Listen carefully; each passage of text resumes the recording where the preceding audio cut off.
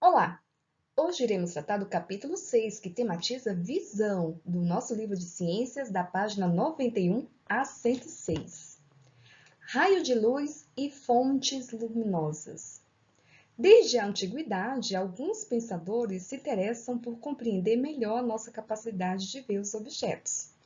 Certos filósofos gregos pensavam, por exemplo, que nossos olhos emitiam raios que permitiam enxergar os objetos. Mas não é bem assim. Basta lembrar que numa sala totalmente escura não conseguimos ver nada e percebemos que os nossos olhos não são suficientes para que possamos enxergar nessa situação. Só nos é possível ver quando há luz no local. A luz e as manifestações associadas a ela, tais como as sombras, as cores dos objetos e as imagens produzidas pelos espelhos e pelas lentes, são estudadas por uma área da ciência denominada óptica. E aí nós temos aqui os 5 sentidos humanos: olfato, paladar, audição, tato, e o que nós vamos estudar nesse capítulo é a visão. Então aqui a gente tem uma imagem onde tem uma adolescente ao lado de uma mesa que tem um abajur ligado à tomada. Esse abajur tem uma lâmpada e essa lâmpada vai emitir luz. Então, as setas nessa figura são representações dos raios de luz. Fontes de luz muito intensas podem ofuscar a visão e não deve olhar fixamente para elas. Já olhou fixamente para um objeto de luz de intensidade forte?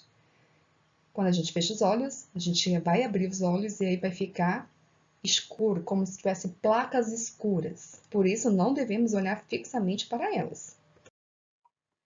Luz. Então, a luz, ela se propaga em linha reta, sempre em linha reta, o que é representado por meio de raios de luz, que formam as imagens. Então, aqui nós temos a imagem dessa fonte de luz, que vai emitir um raio de luz na fonte luminosa, e aqui tem um jogo de dama, e essa fonte luminosa vai incidir nos olhos dos jogadores, ok? Olha só essa imagem. Então, aqui nós temos a luz branca, que ela é emitida. Então, a gente tem a luz branca, que compreende todas as cores do espectro luminoso. E aqui nós temos o objeto, que neste caso é uma maçã. Então, essa luz branca, ao passar pelo espectro luminoso, incidir sobre um objeto, ele vai refletir a cor vermelha, que é absorvida por este objeto que é a maçã. Então, vai ser refletido no olho humano, ok? Então, a partir das imagens, nós vamos ter aí ligeiramente diferentes em cada um dos dois bulbos dos olhos. Nós temos 2 bulbos de olhos, ok? 2 bulbos dos olhos. Então, isso vai ser envolvido na visão binocular. Bi vem de 2, que nos dá a sensação de distância, ok? Então, as imagens elas são projetadas na retina do nosso olho, que envia informações para o cérebro. E as imagens também podem ser sem nitidez, quando há distúrbios visuais, mas isso a gente vai estudar daqui a pouquinho. Então, vamos observar aqui essa imagem. Então, aqui na imagem A, nós temos um esquema externo do olho. Tem a sobrancelha, os cílios, essa parte branca do olho é chamada de esclera, essa parte aqui que tem a coloração dos olhos é chamada de íris, essa região aqui é a pupila, e a pupila ela vai controlar a entrada de raios luminosos. Então, ela se dilata quando o ambiente estiver muito escuro e ela se contrai quando o ambiente estiver muito claro. Então, aqui nós temos a pálpebra inferior e aqui nós temos a pálpebra superior. Já nessa ilustração, nós temos um esquema interno do bulbo do olho, anteriormente chamado de globo ocular, ilustrado em corte, uma visão geral, fora das proporções de cores. Então, olha só, nós temos a íris, que é essa região aqui, olha, conseguem ver? Que é a parte colorida do olho, que pode ser castanha, azul, verde. Nós temos aqui a pupila, pela qual os raios de luz entram no olho. Aqui a gente vai ter um líquido incolor e transparente para proteger essas estruturas ocular. Aqui, ó, essa região aqui é a córnea, uma lente de curvatura fixa. Essa parte aqui é a esclera, que é a parte branca do olho. Aqui, ó, nessa região aqui, nós temos a retina, que é a camada sensível à luz, na qual são projetadas as imagens. Aqui nós temos o nervo óptico, que envia os estímulos visuais ao cérebro, como impulsos nervosos, no qual são interpretados pelo cérebro. E aqui, ó, no globo ocular, nós temos o líquido viscoso, incolor e transparente.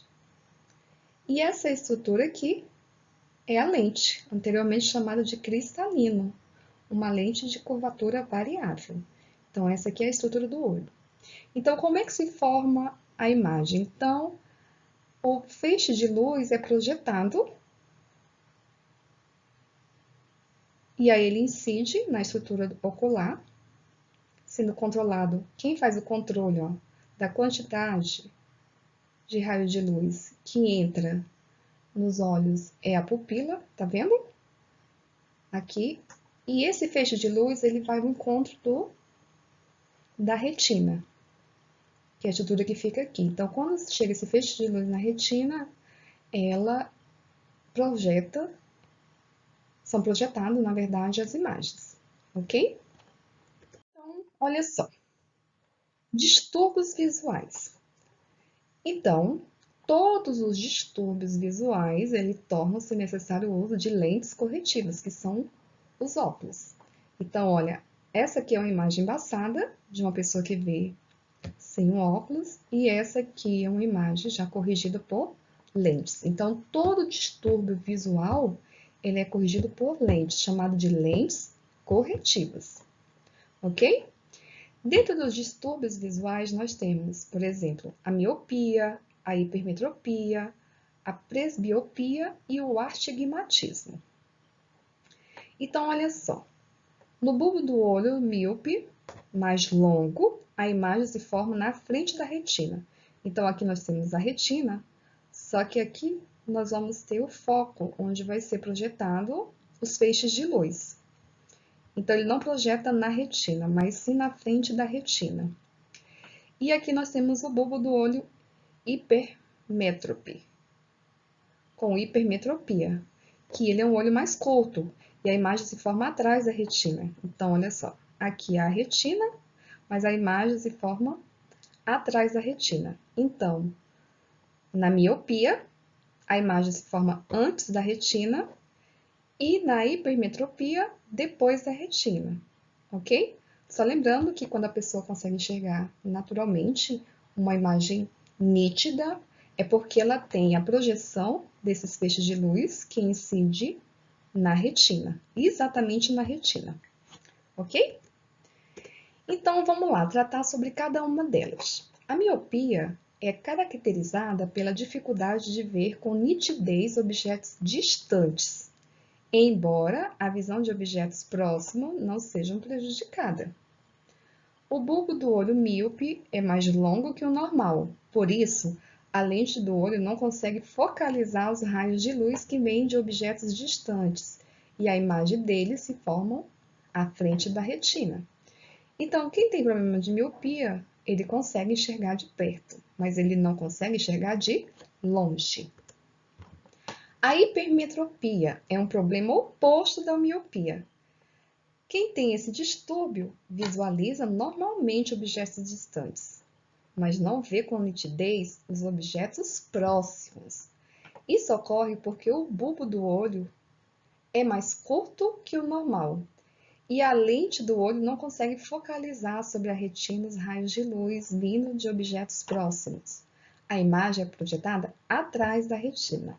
Então, na hipermetropia, quem tem a hipermetropia, ele consegue enxergar de longe, mas ele não vai conseguir enxergar muito bem de perto.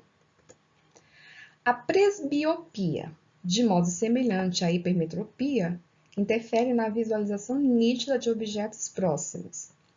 Ela se manifesta na maioria das pessoas após os 40 anos e é popularmente conhecida como vista cansada. O distúrbio se deve à perda da elasticidade. Então, quando você vê o seu avô ou a sua avó usando óculos, você pode ter a certeza que ele tem a presbiopia. E o astigmatismo é a visão distorcida que ocorre devido a alterações no formato da córnea ou da lente do olho. Nem todos os raios de luz são focalizados na retina e parte da imagem perde a nitidez. As lentes corretivas usadas têm um formato espacial. Então, neste caso aqui, do astigmatismo, é quando a pessoa ela começa a ler nessa primeira linha, e aí logo em seguida ela já está seguindo, tipo, ela começa lendo aqui, nessa primeira linha, e já termina lendo na segunda ou na terceira, e até mesmo na quarta linha, ok?